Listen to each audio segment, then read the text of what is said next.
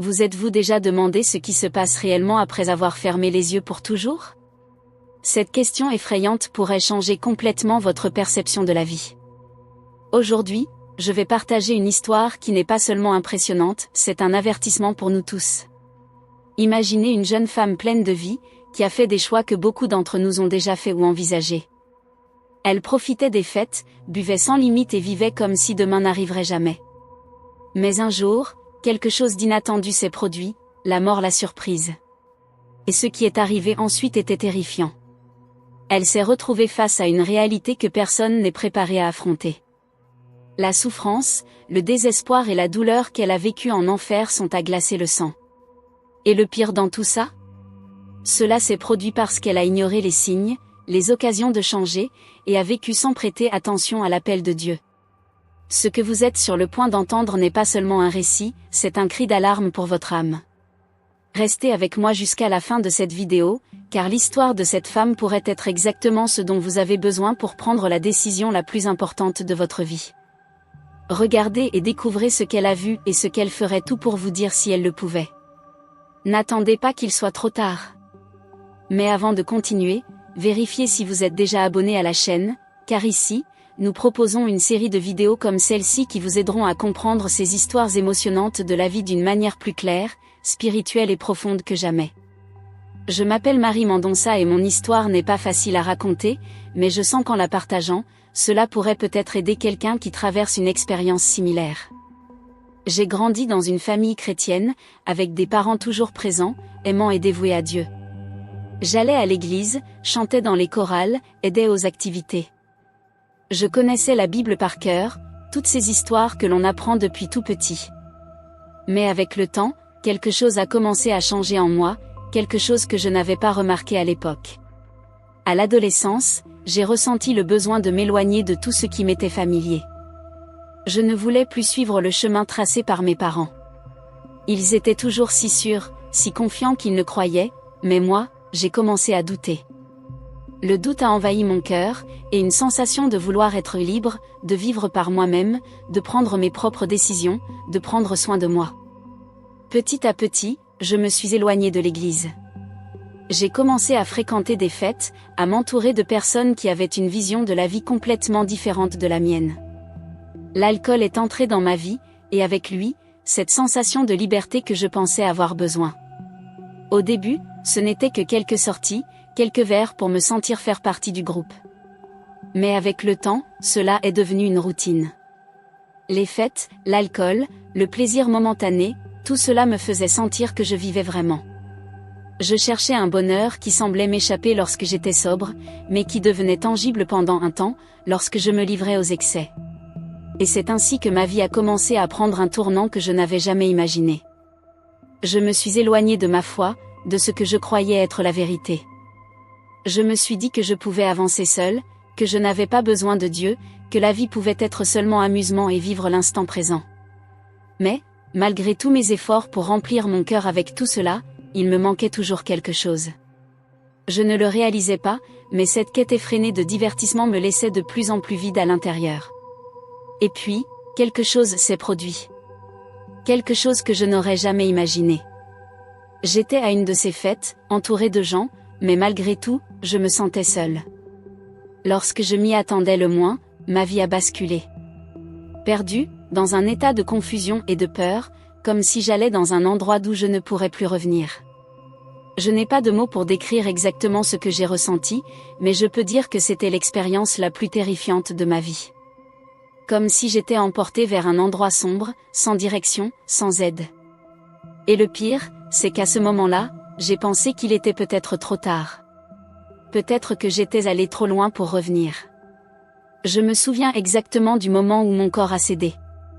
C'était comme si tout autour de moi tournait à une vitesse si intense que je ne pouvais plus rien contrôler. Je ne savais plus où j'étais, qui j'étais ou ce qui se passait. Ce que j'ai ressenti, c'était un vide, un trou noir qui s'ouvrait sous moi, aspirant tout ce que je connaissais.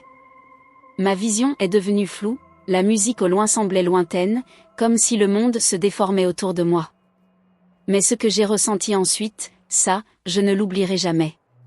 Soudainement, mon âme a été tirée, comme si une force invisible m'entraînait vers le bas, vers un endroit si froid, si vide, si terrifiant. C'était comme si j'avais été englouti par un vortex, un tourbillon qui m'éloignait de tout ce que je connaissais. Mon corps, qui ne pouvait plus rien ressentir, semblait être traîné vers un endroit sombre, un endroit d'où je ne savais pas comment m'échapper. Je voulais crier, mais ma voix ne sortait pas. Tout ce que je ressentais était une peur profonde, quelque chose que je n'avais jamais imaginé possible. La peur était si grande qu'il n'y avait pas de mots pour la décrire. Je sentais que j'étais attiré par quelque chose de bien plus grand, quelque chose qui échappait à tout contrôle humain. Chaque seconde passée dans ce tourbillon de ténèbres était un poids écrasant sur ma poitrine. Je n'arrivais plus à respirer, comme si la vie elle-même était arrachée de moi. Et c'est à ce moment-là que j'ai commencé à comprendre que quelque chose de bien plus terrible était en train de se produire. J'étais en train d'aller en enfer.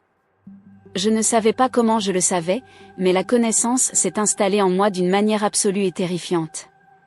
Je n'avais pas besoin d'explication, je savais que j'allais en enfer. Chaque mouvement que je faisais, chaque seconde qui passait, me rapprochait d'un endroit que je savais être fait de souffrance, de douleur et de désespoir.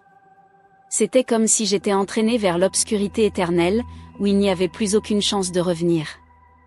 J'ai vu des éclats, des scènes de gens hurlant, de corps brûlants, des ombres dansant dans les ténèbres. Ce n'était pas un endroit ordinaire. Ce n'était pas un cauchemar.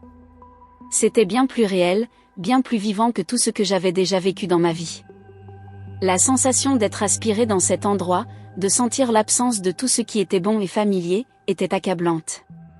La chaleur était insupportable, mais ce n'était pas une chaleur ordinaire, c'était le genre de chaleur qui brûle l'âme. Je sentais que mon âme était consumée là, au milieu d'une souffrance qui semblait éternelle. La peur me submergeait tellement que, à ce moment-là, je pensais que je ne verrais plus jamais la lumière, que je ne connaîtrais plus jamais la paix. L'endroit où je me trouvais n'avait pas de fin, il n'y avait aucune issue. L'angoisse était infinie. J'ai essayé, de toutes mes forces, de m'accrocher à quelque chose, de lutter contre cette force qui m'entraînait vers les ténèbres. Je voulais retourner dans le monde, revenir à la réalité, à la lumière. Je voulais ressentir à nouveau mon corps, je voulais me réveiller de ce cauchemar, mais il semblait que rien de ce que je faisais ne servait. J'étais emmené vers un destin dont il n'y avait plus de retour possible. La douleur, la souffrance et la peur étaient si profondes que je pensais ne jamais pouvoir en sortir. Mais il y avait quelque chose, une présence, une sensation en moi, une voix qui essayait de me dire quelque chose. Ce n'était pas une voix humaine, mais quelque chose de bien plus profond, quelque chose qui semblait faire partie de moi, une partie connectée à ce que j'avais perdu. C'était comme si, même au milieu de cette douleur, quelque chose essayait de me rejoindre, de me montrer qu'il y avait une sortie, qu'il y avait une chance de revenir. Cependant, à ce moment-là, au moment où j'ai été emporté dans cette obscurité, je ne savais pas si j'allais être capable d'écouter cette voix. La seule chose que je ressentais était la peur de ne pas pouvoir sortir de cette obscurité. J'étais convaincu que l'enfer n'était pas seulement un endroit physique, mais quelque chose qui vivait en moi, quelque chose qui m'avait consumé pendant si longtemps sans que je m'en rende compte. Peut-être que l'enfer n'était pas seulement cet endroit avec du feu et des ombres. Peut-être que l'enfer était à l'intérieur de mon cœur, dans tout ce que j'avais ignoré au cours de ma vie. Mais la douleur, la peur, et la sensation que tout était perdu, tout cela m'a poussé à commencer à remettre en question qui j'étais vraiment. Si c'était la réalité à laquelle j'appartenais, alors pourquoi la vie devait-elle être ainsi? Qu'est-ce que j'avais fait pour mériter un endroit comme celui-là? Ce sentiment d'impuissance, de ne plus avoir le contrôle sur ce qui se passait, c'est ce qui m'a fait finalement réaliser que j'étais à un point de non-retour. J'étais enchaîné. Je pouvais sentir le métal froid et rugueux contre mes poignets et mes chevilles, comme si les chaînes étaient faites pour enfermer plus que le corps, elles emprisonnaient l'essence, la volonté de lutter. Le poids de ces chaînes était écrasant, non seulement sur le corps, mais sur l'esprit. Et autour de moi, il y en avait d'autres, beaucoup d'autres. Je me souviens avoir regardé autour de moi et vu des gens en souffrance, criant, pleurant, suppliant. Les voix formaient un écho interminable de douleur. Mais le plus effrayant était l'absence totale de tout espoir. Le désespoir gravé sur le visage de chacun était plus terrifiant que le feu, plus effroyable que n'importe quelle ombre que je pouvais distinguer là-bas. Et ces gens, certains, je les reconnaissais. Pas à cause de leur apparence, car leur visage était marqué par la douleur et la souffrance, mais je sentais que je savais qui ils étaient. Je savais ce qu'ils avaient fait et pourquoi ils étaient là. Il y avait un homme près de moi. Ses cris étaient incessants, mais, à un moment donné, il m'a regardé. Il n'a pas parlé, mais c'était comme si je pouvais entendre son histoire. Il avait passé sa vie à poursuivre la richesse et le succès, écrasant les gens autour de lui, ignorant ceux qui avaient besoin d'aide. Il avait vécu uniquement pour lui-même. Et maintenant, il était là, entouré de tout ce qu'il avait rejeté: l'amour, la compassion, et surtout Dieu. Il pleurait, mais il n'avait plus de larmes à verser. Sa douleur n'était pas seulement physique. C'était une douleur de l'âme, une douleur de vide éternel. Et puis il y avait une femme, un peu plus loin.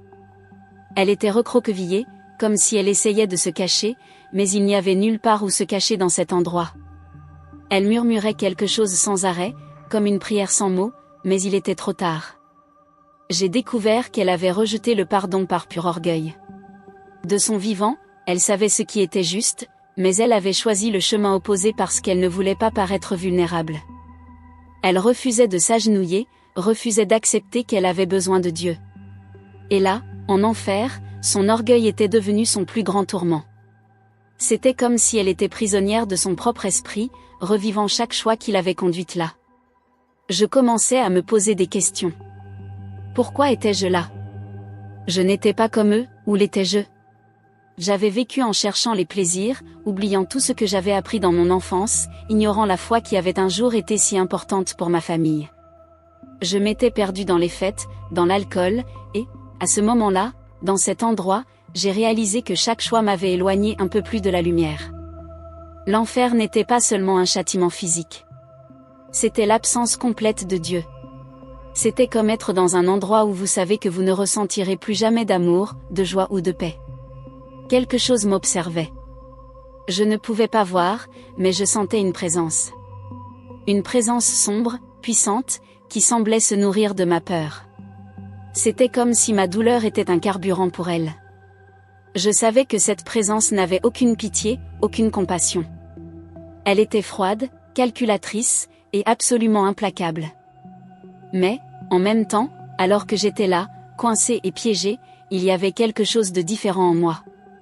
Une pensée, un sentiment qui semblait hors de place dans cet enfer. C'était comme un souvenir lointain, une réminiscence de l'amour que je connaissais enfant. C'était l'image de ma mère priant pour moi, de ma grand-mère m'enseignant des versets de la Bible, d'une paix que j'avais complètement oubliée. Et, à ce moment-là, une réalisation a commencé à prendre forme. Ce n'était pas seulement une question de savoir où j'étais, mais pourquoi j'étais là.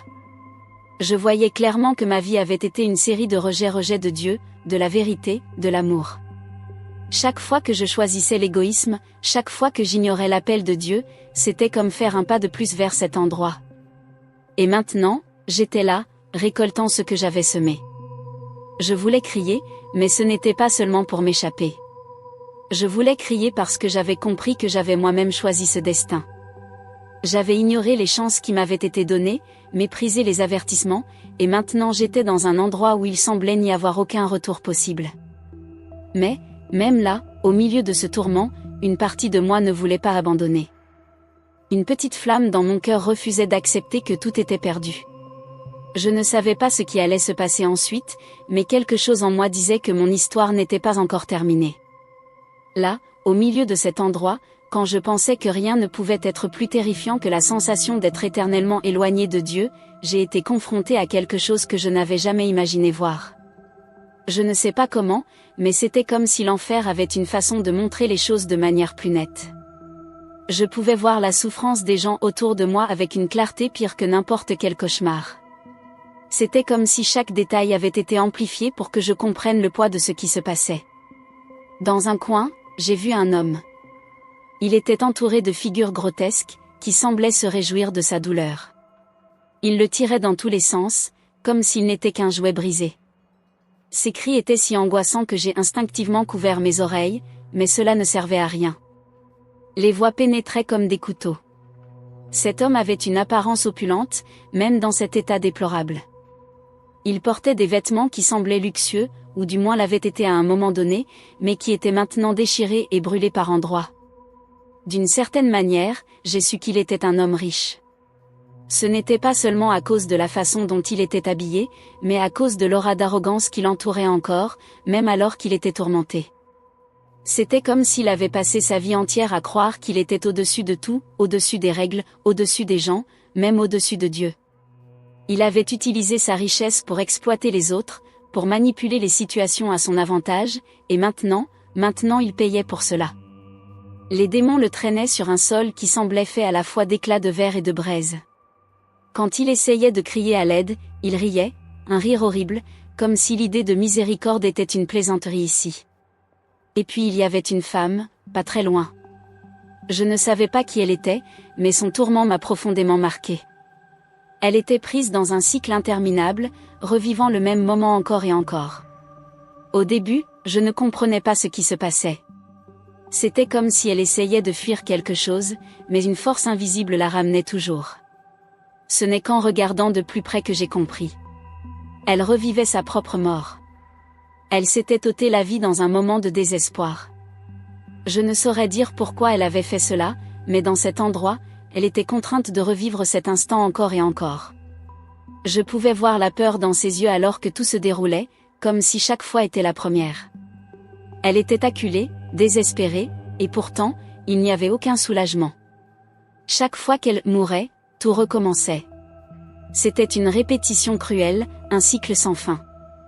Et le plus dévastateur était que, même lorsqu'elle semblait implorer la miséricorde, le pardon, il y avait un vide autour d'elle, comme si personne ne l'entendait. Cet endroit n'était pas seulement un enfer de feu et de douleur physique. C'était un lieu où les âmes étaient confrontées aux conséquences de leurs choix, de leurs actions et de leurs omissions. Et ce qui rendait tout encore plus oppressant, c'était l'absence totale d'espoir. Là-bas, il n'y avait ni lendemain, ni rédemption, seulement un présent éternel de souffrance. En regardant ces gens, j'ai commencé à ressentir quelque chose de plus profond. Ce n'était pas seulement de la peur, mais une douleur pour eux, comme si je pouvais ressentir une partie de ce qu'ils traversaient. C'était terrible de penser qu'ils pouvaient être enfermés dans cet état pour toujours, sans aucune chance de pardon, sans seconde chance. Et ce qui était encore plus effrayant, c'était de savoir que, jusque-là, je n'étais pas différente d'eux. J'étais là. J'avais fait de mauvais choix. J'avais rejeté Dieu. Alors, qu'est-ce qui me distinguait d'eux? Tandis que je continuais à observer ces scènes terrifiantes, quelque chose a commencé à devenir clair pour moi. Chaque personne dans cet endroit y était à cause d'un choix. Pas un choix fait consciemment ou avec l'intention d'aboutir à ce tourment, mais des décisions prises tout au long de leur vie qui les avaient éloignés de Dieu. Cela m'a frappé comme un coup de poing dans l'estomac, car j'ai commencé à penser à toutes les fois où moi aussi, j'avais choisi de m'éloigner. Il y avait un homme, le même que j'avais vu auparavant, l'homme riche. Quand je l'ai regardé à nouveau, j'ai eu l'impression qu'on me montrait son histoire, comme si j'assistais à un film. Il avait été un homme puissant de son vivant, avec une richesse qui semblait infinie. Mais, malgré tout l'argent qu'il avait, il n'avait jamais tendu la main pour aider personne. Il vivait pour accumuler toujours plus, achetant des choses dont il n'avait pas besoin, s'entourant de luxe, mais jamais d'amour ou de compassion. Lorsque Dieu avait essayé de l'atteindre, il avait ignoré cet appel. Il y avait eu des moments où il aurait pu changer de trajectoire, où il aurait pu écouter cette voix qui l'appelait. Mais il était trop occupé, trop distrait par son propre ego, par sa quête incessante de pouvoir et de statut. Quand il s'était rendu compte qu'il allait mourir, c'était trop tard, il n'y avait plus de place dans son cœur pour le repentir. Maintenant, il vivait dans le tourment de comprendre que son argent et ses possessions ne signifiaient rien ici. Tout ce qu'il avait accumulé ne pouvait pas le sauver.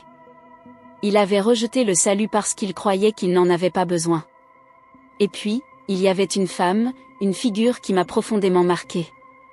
Elle était différente de l'homme riche, mais son histoire portait aussi un poids immense. Elle n'était pas matérialiste, ni arrogante. Au contraire, sa vie avait été pleine de douleurs. Elle avait traversé de nombreux défis, beaucoup de souffrances, et il semblait qu'elle n'avait jamais eu un moment de paix. Dieu avait essayé de l'atteindre de nombreuses façons. Il avait envoyé des gens pour l'aider, des moments de répit, des signes qu'elle n'était pas seule. Mais elle avait rejeté tout cela. Pas parce qu'elle était mauvaise, mais parce qu'elle se sentait si vide, si brisée, qu'elle croyait ne pas être digne d'aide. Ce rejet de Dieu avait été sa perte. Pas parce que Dieu l'avait abandonnée, mais parce qu'elle n'avait pas pu accepter son amour. Je me voyais si clairement dans ces personnes. C'était comme si chacune d'elles représentait une partie de moi, un choix que j'avais moi-même fait à un moment donné. Combien de fois avais-je ignoré les appels de Dieu parce que je pensais tout savoir ? Combien de fois avais-je rejeté son aide parce que je pensais ne pas la mériter, ou parce que j'étais si enfermée dans mes propres erreurs que je ne croyais pas en la possibilité d'une rédemption ? Alors que ces histoires se déroulaient devant moi, j'ai ressenti une douleur profonde dans mon cœur. C'était comme si Dieu me montrait qu'il était encore temps pour moi, que je n'avais pas besoin de finir comme ces personnes. Mais en même temps, j'étais effrayée. Est-ce que j'étais capable de changer ? Est-ce que Dieu me pardonnerait après tout ce que j'avais fait ? J'étais encore sous le choc de ce que j'avais vu, mais il semblait que le pire était à venir. Alors que j'essayais de comprendre la douleur et le désespoir autour de moi, quelque chose a attiré mon attention au milieu des ombres et des cris. C'était un homme, courbé et entouré de flammes qui semblaient vivantes, pulsant de haine et d'intensité. Il criait, mais ses paroles étaient différentes. Ce n'était pas seulement une douleur physique, il était consumé par le regret. Cet homme avait vécu une double vie, et cela m'est apparu d'une manière inexplicable. Il avait une apparence parfaite pour le monde, un père de famille, un travailleur exemplaire, quelqu'un qui semblait être un modèle à suivre. Mais, derrière cette façade, il en était tout autre. J'ai vu des éclats de sa vie comme si je regardais un film. Il trompait sa femme, mentait constamment et trompait les autres par pure cupidité. Il portait le masque d'un homme bon, mais, à l'intérieur, il était pourri. Et le plus terrible ? Il le savait. Il savait qu'il avait tort, savait qu'il choisissait le mauvais chemin, mais il croyait pouvoir tout cacher aux gens, à lui-même, et jusqu'au dernier moment, à Dieu. Maintenant, il était piégé dans un cycle sans fin. Les masques qu'il portait de son vivant avaient été arrachés, exposés, et il était contraint de faire face à ses choix. Son tourment était bien plus qu'une douleur physique. C'était spirituel. C'était psychologique. Il était confronté, encore et encore, à toutes les opportunités qu'il avait eues de se repentir, à toutes les fois où il avait choisi d'ignorer la voix qui l'appelait à la vérité. Il hurlait, suppliant de revenir, d'avoir une autre chance, mais il était trop tard. Le son de ses cris est resté gravé dans mon âme. Puis, j'ai vu un autre groupe de personnes. Celui-ci était différent. Il semblait éloigné de tous les autres, et il y avait quelque chose de plus sombre autour d'eux. C'était comme si l'obscurité elle-même était vivante, les enveloppant dans une prison invisible. Chacun d'eux s'était impliqué d'une manière ou d'une autre dans l'occultisme, croyant qu'ils pouvaient contrôler des forces qui n'auraient jamais dû être touchées par des mains humaines. Ils avaient joué avec des choses qu'ils ne comprenaient pas, cherchant le pouvoir, des réponses ou même simplement un divertissement. Mais maintenant, ce qu'ils avaient invoqué, ce qu'ils avaient adoré, se retournait contre eux. Il y avait une femme dans ce groupe qui m'a profondément marqué. Elle avait pratiqué des rituels, fait des pactes, et croyait qu'elle contrôlait tout. Mais maintenant, elle était entourée des entités qu'elle avait appelées. Elle la tourmentait, lui murmurait des mensonges, tout en lui faisant revivre les moments où elle avait choisi de leur livrer sa vie. Elle se débattait, criait, mais c'était comme si elle était piégée dans un filet invisible, incapable de se libérer. C'était un supplice sans fin. Ces personnes ne faisaient pas seulement face à la douleur du châtiment, mais aussi au désespoir de réaliser qu'elles avaient été trompées depuis le début. Ce qui leur avait promis pouvoir et contrôle était maintenant leur ruine éternelle. La chose la plus dévastatrice était de constater qu'il n'y avait aucun espoir pour eux. Il n'y avait aucun soulagement, aucune pause. C'était un cycle infini de douleur, de désespoir et de regret. Ils étaient coincés dans un endroit où le temps semblait ne pas exister, où chaque seconde était éternelle et chaque instant semblait pire que le précédent. Ce que je voyais était bien au-delà de ce que les mots peuvent décrire, à tel point que j'avais l'impression que mon cœur allait s'arrêter. Et à ce moment-là, une pensée terrible m'est venue, pourquoi est-ce que je vois cela ? Pourquoi moi, une personne qui a également fait de mauvais choix, j'étais amenée ici pour être témoin de quelque chose d'aussi horrible ? Avant que je puisse trouver une réponse, quelque chose a changé. J'ai senti qu'il y avait encore plus à voir, quelque chose d'encore plus important à comprendre. C'était comme si une force me guidait, me tirait vers le moment suivant. Je ne savais pas encore que ce serait le tournant de cette expérience. Bon, nous arrivons déjà à la fin de cette histoire, mais avant cela, j'ai remarqué que vous n'avez pas encore mis un « j'aime » à cette vidéo. C'est très important pour que YouTube continue à promouvoir nos contenus et que nous puissions continuer à vous alerter et vous bénir. Donc, mettez un « j'aime » à cette vidéo, c'est gratuit, merci. Continuons. La douleur et le désespoir autour de moi semblaient si réels que, pendant un instant, j'ai complètement perdu la notion de qui j'étais. Je ne savais plus si je rêvais, si j'étais morte, ou si cette nouvelle réalité était celle où mon âme avait été entraînée. Tout ce que je savais, c'est que la souffrance que je voyais autour de moi était écrasante, et le plus terrifiant était de constater qu'elle ne s'arrêtait jamais. Il n'y avait aucun soulagement, aucun repos, pas même une seconde. C'est alors que quelque chose a changé en moi. Peut-être était-ce le souvenir des moments passés avec ma famille à l'église lorsque j'étais enfant. Ou peut-être était-ce une étincelle de ce qui restait de ma foi, enfouie sous des années de mauvais choix. Quoi qu'il en soit, je suis tombée à genoux dans cet endroit, au milieu des ténèbres et de la douleur, et j'ai crié de toutes mes forces. Et Dieu, aide-moi. Seigneur, aie pitié de moi. Ma voix ressemblait plus à un sanglot qu'à un cri. J'étais tellement brisée, tellement consumée par le regret et la douleur, que ces mots étaient tout ce que je pouvais offrir. J'ai continué à crier, à supplier, jusqu'à ce que ma gorge semble déchirée. Je ne veux pas rester ici. S'il te plaît, Seigneur, sors-moi d'ici. Je sais que j'ai fait de mauvais choix. Je sais que je t'ai rejeté. Mais je ne peux plus. Je ne supporte plus ça.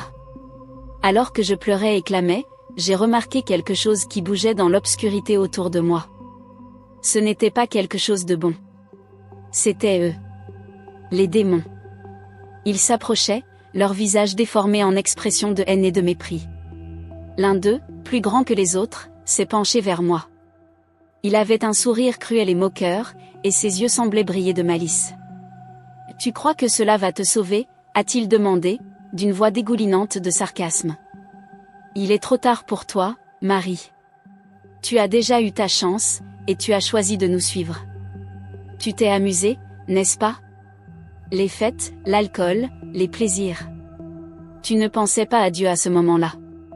Pourquoi crois-tu qu'il penserait à toi maintenant ? » Ces paroles étaient comme des couteaux dans mon cœur.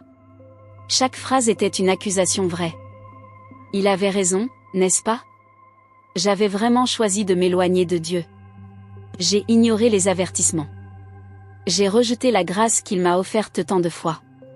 Qui étais-je pour implorer sa miséricorde maintenant, alors que j'étais littéralement au fond du gouffre ? Mais, malgré tout, quelque chose en moi ne pouvait pas s'arrêter de crier. C'était comme si une partie de moi, peut-être celle qui connaissait encore l'amour de Dieu, refusait d'abandonner. « Je sais que j'ai fait de mauvais choix », dis-je d'une voix tremblante. « Je sais que je ne mérite rien. Mais il est un Dieu de miséricorde. Il est un Dieu de pardon. Et tant que je peux encore parler, je continuerai de l'invoquer. » Les démons ricanèrent, et leurs rires résonnèrent dans cet endroit comme un tonnerre sombre. « De la miséricorde » grogna le plus grand d'entre eux. « Il n'y a pas de miséricorde ici. Il n'y a pas de pardon. Tu nous appartiens désormais. » Mon cœur se serra, et pendant un instant, je crus vraiment qu'ils avaient raison. Le désespoir commença à m'envahir, une sensation étouffante que tout était perdu. Mais, malgré cela, quelque chose en moi me poussait à continuer d'appeler le nom de Dieu. Je n'avais plus rien, seulement une foi fragile et brisée. Et c'est à cette foi que je m'accrochais de toutes mes forces. À ce moment-là, quelque chose d'étrange se produisit. Ce n'était pas une lumière, ni une voix, mais une présence. Je ne sais pas comment le décrire, mais c'était comme si, au milieu de cette obscurité totale, je pouvais sentir une petite étincelle de quelque chose de plus grand, de pur et de puissant. Mon cœur se mit à battre plus vite, et, pendant un instant, j'eus de l'espoir. Dieu m'écoutait-il ? Y avait-il encore une chance pour moi ? Les démons remarquèrent aussi ce changement. Ils commencèrent à crier, essayant de me faire taire. Mais je ne m'arrêtai pas. Alors que je clamais de toutes mes forces restantes, quelque chose d'inattendu se produisit. L'environnement autour de moi commença à changer. L'obscurité qui m'enveloppait sembla reculer, comme si une force supérieure rompait cette prison. Les démons, qui auparavant se moquaient de moi, s'agitaient maintenant, criant de rage et de terreur. Ils commencèrent à s'éloigner, comme si quelque chose les obligeait à reculer. C'est alors que je vis. Pas avec mes yeux, mais avec mon cœur. Une lumière, brillante et indescriptiblement pure, commença à émerger. Elle était si forte que je fermais les yeux, mais, en même temps, je ne pouvais m'empêcher de regarder. Cette lumière n'était pas seulement une clarté, c'était une présence. Une présence d'amour, de paix, de justice. Et alors, j'entendis une voix. Une voix comme aucune autre que j'avais entendue auparavant. Elle n'était pas forte, mais elle résonnait en moi comme si elle vibrait dans l'essence même de mon âme. « Marie », dit-elle, avec une autorité si immense que les cris des démons cessèrent instantanément. « J'ai toujours été là. J'ai toujours attendu que tu reviennes à moi. » Je m'effondrais. Pas par peur, mais par un mélange de soulagement et de repentir. Je pleurais, je sanglotais, incapable de prononcer un mot. Je ne pouvais que balbutier, « Seigneur, pardonne-moi. S'il te plaît, pardonne-moi. » La lumière s'approcha, m'enveloppant complètement. Et à cet instant, tout le tourment, toute la douleur et tout le poids du regret disparurent. Je me sentais légère, comme si toute la saleté et le fardeau que je portais avaient été lavés. L'amour que je ressentais était quelque chose que je ne pourrais jamais décrire pleinement. C'était plus grand que tout ce que j'avais jamais expérimenté. La voix parla à nouveau, mais cette fois, c'était comme un murmure doux. « Je t'ai déjà pardonné, Marie. Mais maintenant, tu dois faire ton choix. Me suivre ou retourner sur le chemin qui t'a conduite ici. »« Je veux te suivre, » répondis-je sans hésiter. « Je ne veux plus jamais vivre loin de toi. » Et c'est comme si le temps s'était arrêté. La lumière m'enveloppa complètement, et, soudainement, je sentis que j'étais tiré vers le haut. Il n'y avait plus d'obscurité, plus de cris, seulement cette paix immense. Quand j'ouvris les yeux à nouveau, j'étais de retour dans mon corps, allongé sur le sol de la fête. Des gens m'entouraient, certains criaient, d'autres pleuraient, et je compris qu'ils avaient appelé une ambulance. Mais je n'étais plus la même personne qui s'était effondrée sur ce sol. Quelque chose en moi avait complètement changé. Je savais que j'avais une seconde chance, un nouveau but. Et je savais que je devais faire quelque chose de cela. Depuis ce jour, ma vie a changé. J'ai laissé derrière moi tout ce qui m'éloignait de Dieu, les fêtes, l'alcool, les amitiés destructrices. Ce n'était pas facile. Il y a eu des jours où j'ai pensé à abandonner, mais le souvenir de cet endroit, de ce tourment sans fin, et, surtout, de cet amour qui m'a sauvé, m'a donné la force de continuer. Aujourd'hui, je vis pour témoigner et aider d'autres personnes à trouver la même miséricorde qui m'a trouvé dans ce lieu de désespoir. Si vous écoutez cette histoire, je veux que vous sachiez qu'il n'est jamais trop tard. Peu importe jusqu'où vous pensez être allé, peu importe ce que vous avez fait, Dieu vous attend toujours. Il m'a atteinte dans l'endroit le plus sombre et m'a ramenée. Et il peut faire la même chose pour vous. Ceci est mon histoire. Et le message que je veux vous laisser est le suivant: choisissez la lumière, choisissez la vie. Choisissez Dieu. Acceptez Jésus comme votre unique et suffisant sauveur, revenez à lui. Si vous êtes arrivé jusqu'ici et que cette histoire a touché votre cœur d'une manière ou d'une autre, je veux vous inviter à faire quelque chose de très spécial. D'abord, abonnez-vous à cette chaîne pour continuer à recevoir des témoignages comme celui-ci, qui peuvent transformer des vies. N'oubliez pas d'activer la cloche pour recevoir des notifications chaque fois qu'une nouvelle vidéo est postée. C'est très important pour que vous ne manquiez aucun contenu qui pourrait faire une différence dans votre cheminement spirituel. Partagez cette vidéo avec quelqu'un que vous aimez, quelqu'un qui a besoin d'entendre ce message d'espoir et de salut. Souvent, une parole ou une histoire comme celle-ci peut être exactement ce dont une personne a besoin pour changer de vie. Alors, diffusez ce message. Et maintenant, j'ai un défi pour vous, allez dans les commentaires et écrivez « Je t'accepte dans ma vie, Jésus, comme mon sauveur ».